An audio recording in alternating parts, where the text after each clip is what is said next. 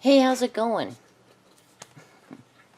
Got a little Jersey accent going on there. And I've never lived in Jersey. I've taken a train through it. I've driven through it. But I've never lived there. I had friends that were from there. Okay. I am going to make a smash book. And some people call it a squash book. Some people call it an explosion book. Caged Fish calls it a smash book, and then she says it's very much like an accordion book, and it is similar.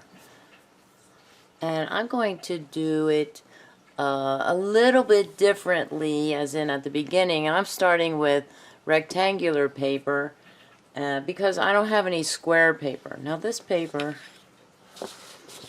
is 9 by 12. So this is 9 by 12 paper, just a skosh bigger than an 8.5 by 11 paper. And I was kind of messing. I watched a video on how to make a smash book, and it was done by a 7th grade teacher. And on her YouTube channel, she only has one video, and it's the video on how to make a smash book. And I was just like, wow. So this is what I'm going to do to make a square from a rectangle. I'm going to take, because it requires a diagonal crease, just one diagonal crease, that's all it takes. So this is what I'm going to do. And I need 3 sheets, so I have 3 sheets of paper here. So I'm going to not do it the conventional way, which requires me to, I want to make that a point, you know, to measure and then cut a square. Well, I thought, well, it does take a diagonal fold, so why don't I just make it this way? Is that it? That's a little bit off. Now this is mixed media paper. It might be hard for me to get that to a point. But you take a piece of paper, square paper, and you can make a smash book from any size piece of paper, square paper. Oh, yeah. I'm on video. That's my reason. I'm sticking to it. Murphy's Law of Videography. Okay, so this way, it's a square, and now I'm going to cut it. Oh dear. Now you're asking for it. You know what? I got like I brought some of my writing instruments home from work.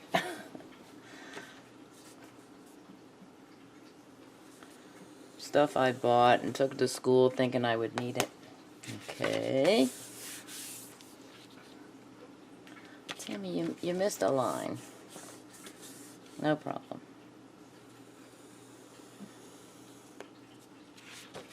Ta-da. And I'm just going to do these other 2 pieces of paper. Alright, I have that one done.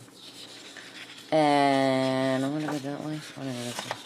I'm going to try and keep the diagonals going in the same direction, because that seems to be a factor.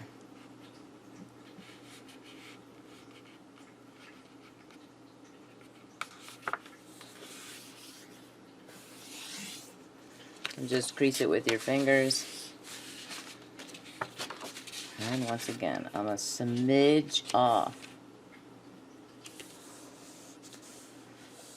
I'm not worried too much about it. You don't want to be too off. Alright, and then I'm going to go with this one. I want to make sure I'm in the camera range there.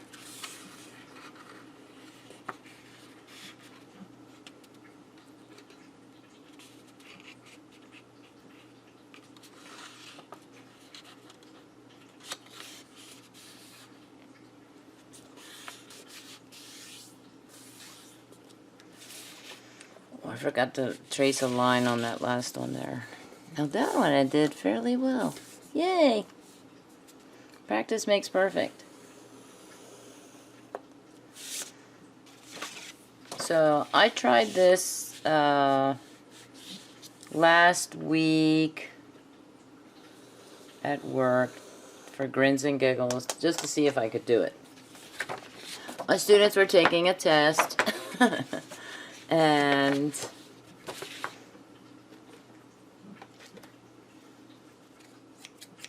I was cutting things with the scissors today that were sticky, so I'm checking the blade to see if it's sticky. It's not. Hey, I should use my live life dangerously. I should use my shortcut. Could use it. No, I'm just gonna do it. I might use it for the other two though. Because we all know how I am with cutting a line.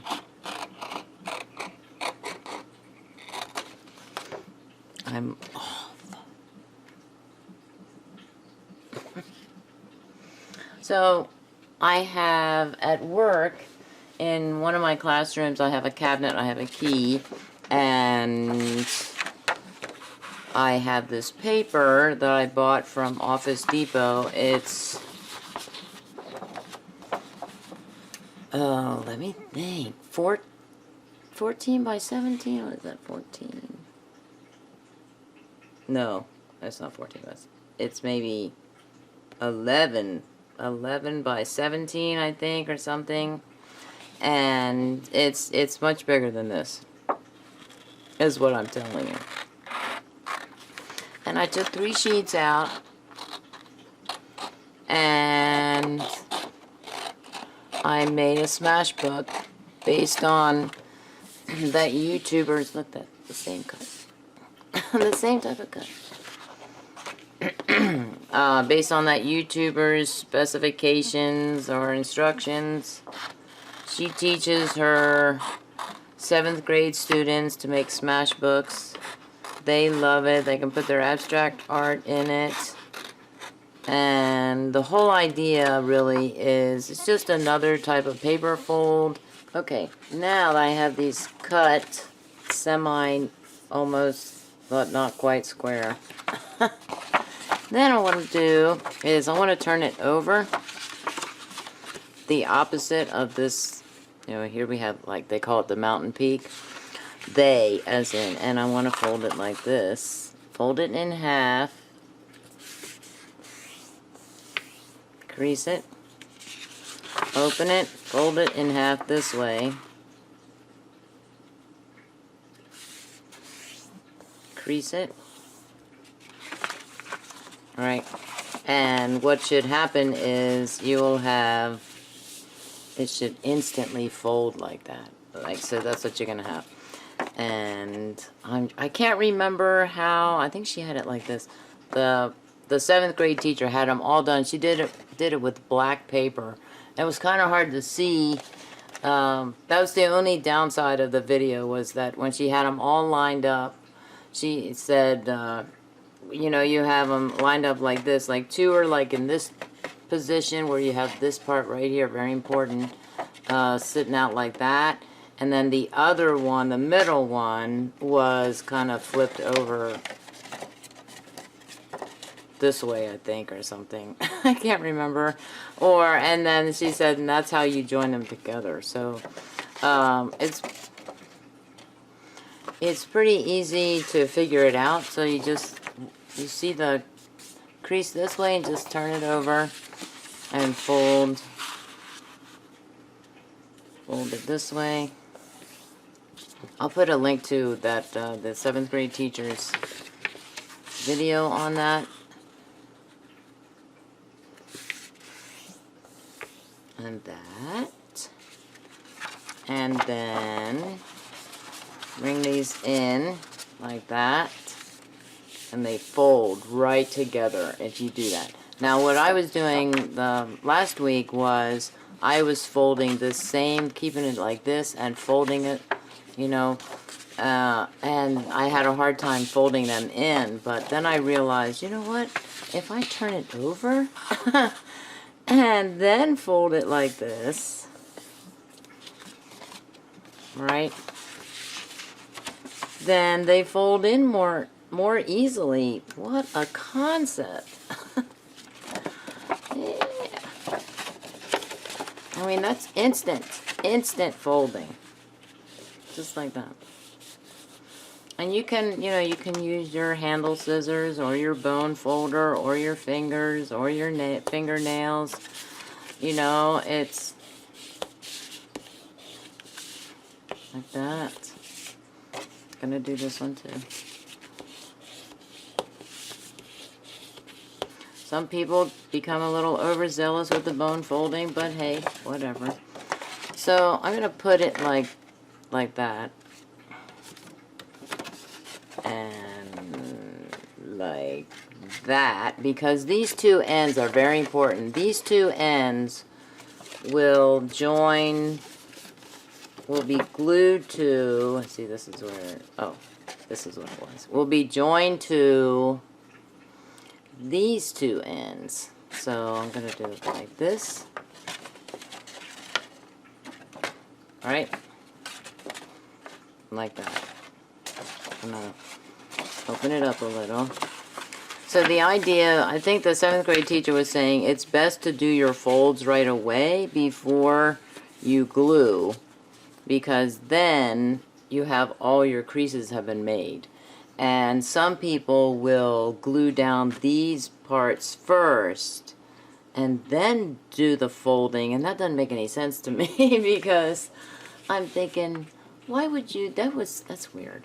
So when you glue these in, you want to make sure that you're leaving these lines for folding, leave the crease lines alone, that way, because if you glue over those lines, you're not going to be able to fold it right. That is what everybody says.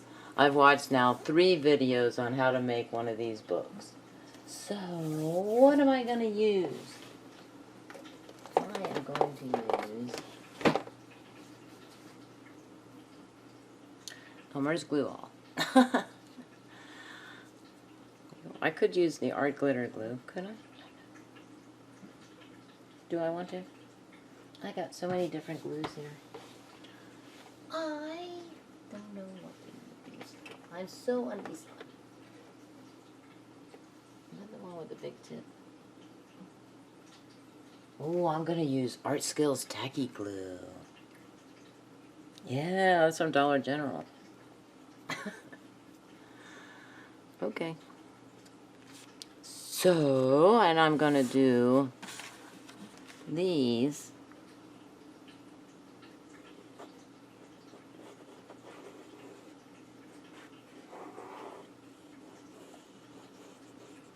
I'm going to try not to get over there to the crease too much, too closely. Because if I beat it up here, it'll spread out a little.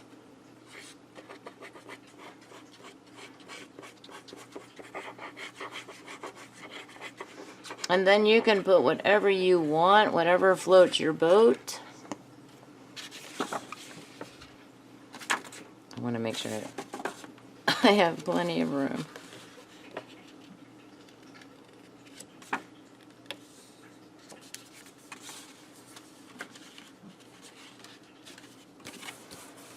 Just checking.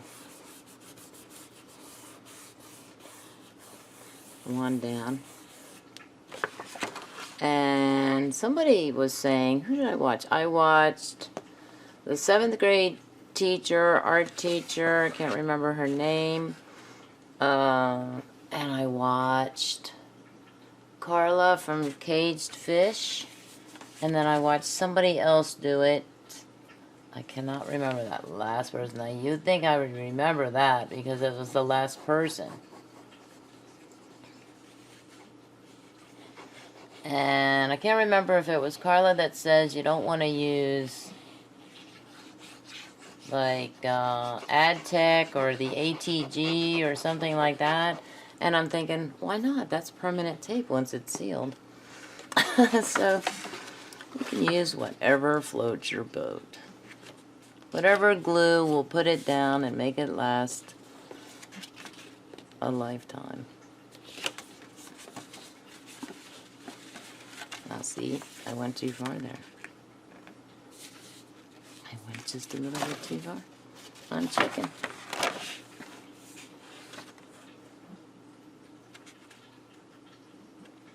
You could, since you're working, if you're working with white paper, and you can work with whatever color paper you have.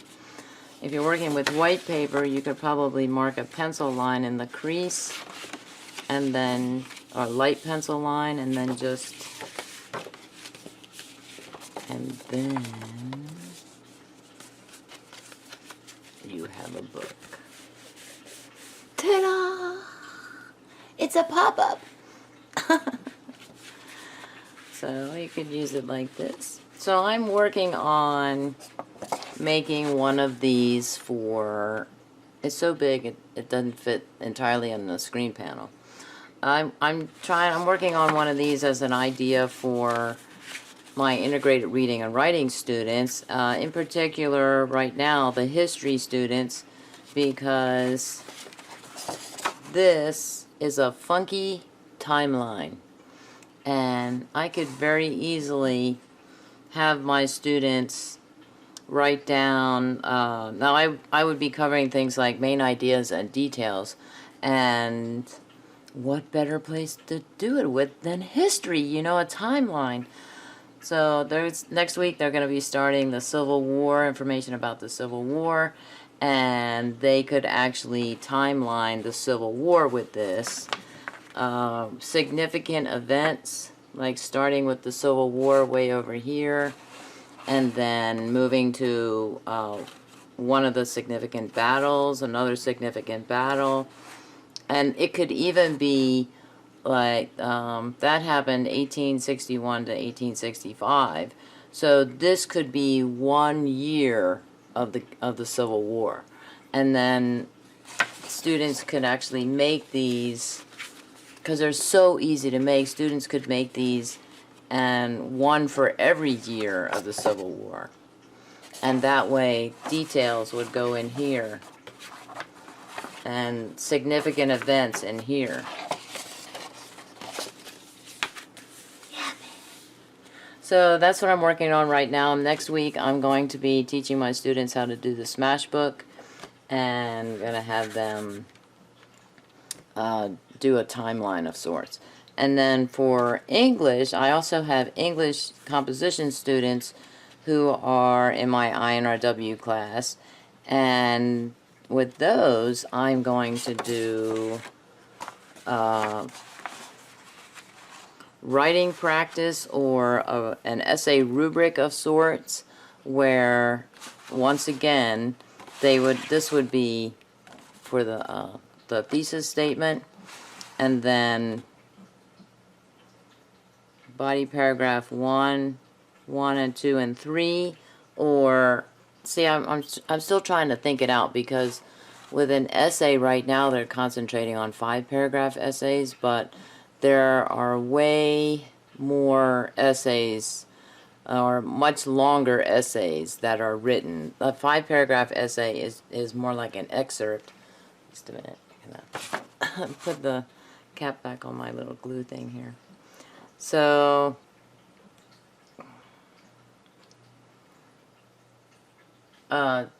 so they could work on that, but it would be something of a significant nature. And I'm thinking, I also have a writing practice activity that I do with them, and that helps them hammer out or organize their essays. So this could be a pre-writing technique right here. So that's the direction I'm going in, some type of a pre-writing technique, a really groovy way to map their ideas before they put them down on paper, finalized and all that. So that one might take a little more thinking on my part to kind of, like, speaking of organization, maybe I'll put down my ideas on here, you know, English. English, history. So we'll see. Yeah, the Smash Book. Now, some people say that you could add, if you add a cover, you can add a cover. If you use, like, this is mixed media paper, so it's a little bit thicker. So if you use this thicker type of paper, you might not need a cover, but if you do add a cover, the cover should be a little bit bigger than this square. This square is 1, 2, 3, 4, 4.5 inches. So 9 by 12 paper will make a 4.5 inch square Smashbook. And then other people have put, like, painted a picture and then put the picture in there, or the 7th grade art teacher had a template, like a card or a poster board size template for the students so that they could paint their picture and paint their picture in a template style like this, where it wouldn't have any of the creases or anything, and then number all of the different shapes, the triangles and the squares, and then they would know how to piece it back together onto all of these different shapes. Cool. All right. Coconut says, leave me alone. Coconut says good morning. And this one is a Smashbook. I'm just going to let it fall over. Oh. And I made it from, I just made it now. What I did was I went in and I played back the video for this one. Because sometimes I do that, like if I don't think it went well or something, or let's see how I did or something like that. And I took, this one is the trim that came from these 3 pieces of paper. So they measured 9 by 3 inches, so I was able to make 3 3-inch squares, and from each piece of paper. So I made, do the math, I made a lot of different squares. 3 3-inch squares, what is that, 9? Oh my goodness, I'm losing it. Okay, so I made 9 additional 3-inch squares.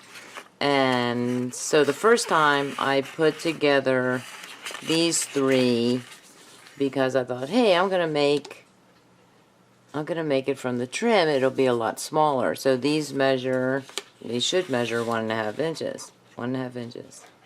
Right there. And so I did those 3 and put them together while I was listening to the video. And then I thought, I wonder if I can add more diamonds or more squares to the mix and still be able to fold it up.